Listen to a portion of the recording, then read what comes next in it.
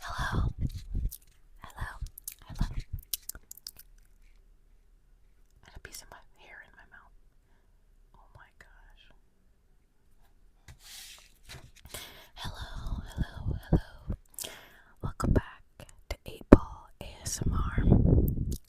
8 Ball, 8, 8, 8 Ball ASMR. Some of you might be wondering, you're gonna say, hold on, I have the on. You're gonna say, I thought this channel was Ethereal ASMR and I really liked that name. I really liked that name too. However, I just somehow, somewhere, I just didn't feel like it fully resonated with who I wanted to become. I felt like it was only who I was at that moment versus 8 Ball ASMR. I feel like the meaning behind it is the fact that one, I love interior design and I love furniture and just knickknacks and things, and it represents me, but also the sense that excuse me, the sense that I am a jack of all trades. I am not committed to one art form, and like an 8 Ball, you just kind of shake me up for the day and you have to see what you get. But yeah, for today's video, I'm probably gonna do a little bit of hand sounds, mouth sounds, and camera touching, touching, touching, touching, touching, touching, touching. But also, we're going to talk about a few things that I grew up hearing from my parents all the time. I grew up lower middle class as a black person, and specifically lower middle class where a lot of my family members are self-made. They've all either worked for the government or healthcare, or they're like doctors and stuff now, so they've climbed the social ladder, they've climbed the corporate ladders, and now we have a little bit of privilege, but that privilege, literally, we are one generation away from slavery in my family, because a lot of my family members, the same family members that I'm talking about that worked themselves up, their mom was literally enslaved, and that's why they're like that, because they're like, I refuse, never again. I live in Philadelphia, so 1 second.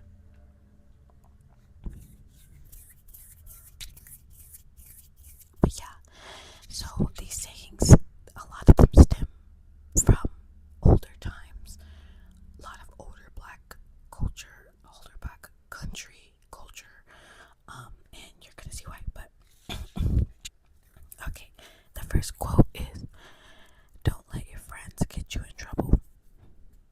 Don't let your friends get you in trouble. My grandma used to say, and still says this religiously, it should be a religion, because she does not play about this, and she's almost always right. She means that don't put too much faith and too much trust and just energy into your friends. Don't put your friends on a pedestal, because you never know. They might not even know what they're talking about. They might make the wrong decision. It might not be the right decision for you, and it might make you get in trouble. You never know. And just take note of that.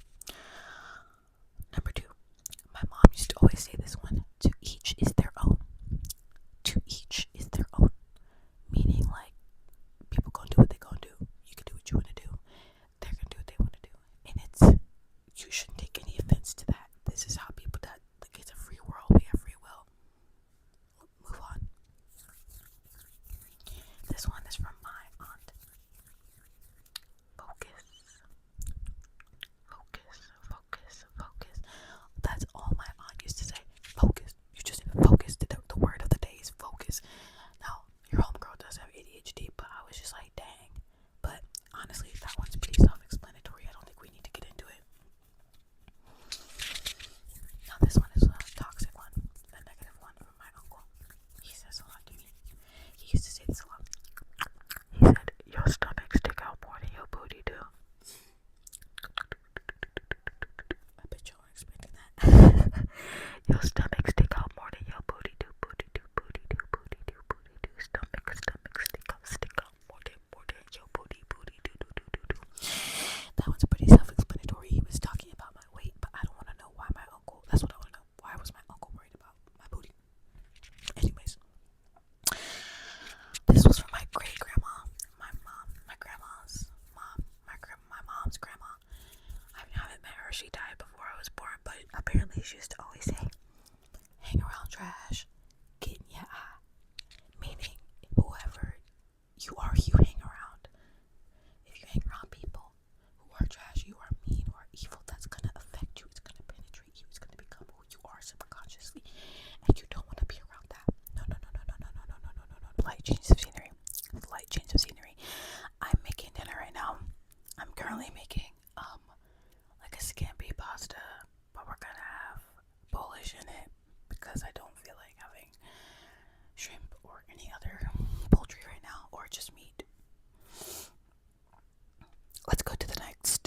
saying. There's only two left.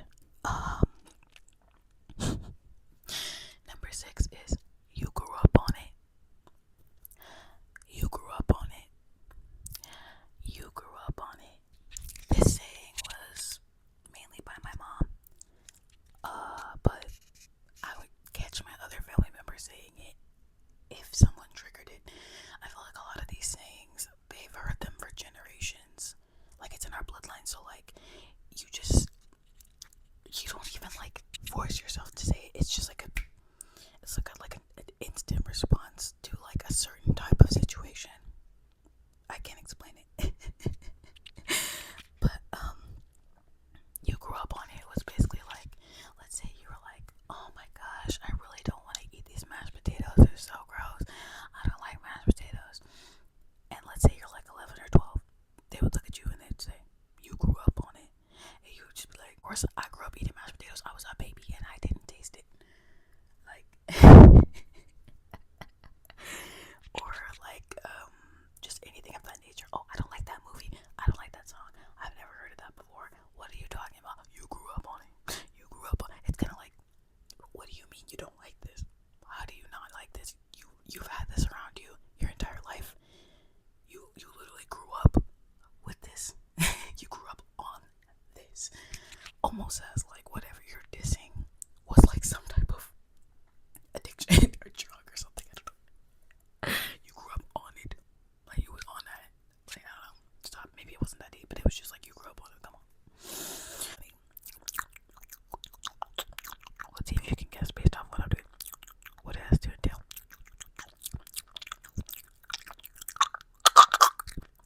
Sorry, I don't know if people like mouth sounds. I'm so sorry. Mom, my grandma, my auntie, my uncle. And I wish you guys knew I was talking about it because it probably sounds like my auntie and my uncle are married, but no. My grandma literally has 11 siblings. So my auntie and my uncle that I'm talking about, they're siblings, not married, okay? And when I talk about my auntie and my uncle like that, I'm talking about these specific ones that I spent a lot of time with. So it's like we call them that because it's like you're the main ones that we see. And the other one we call them uncle, name, aunt, name, auntie, name. Yeah. Okay. Anyways, so these people used to always say this to me, especially if I ate all day. Let's say I just ate everything under the sun. Like it's Christmas. It's a holiday. I'm hungry. I just got done eating everything. I had a snack. I had ice cream. I had a slushie. And let's talk about. I'm hungry. I'm still hungry. They were definitely gonna hit me with this. Drink your spit. Drink your spit. Drink your spit. Drink your spit. Drink your spit.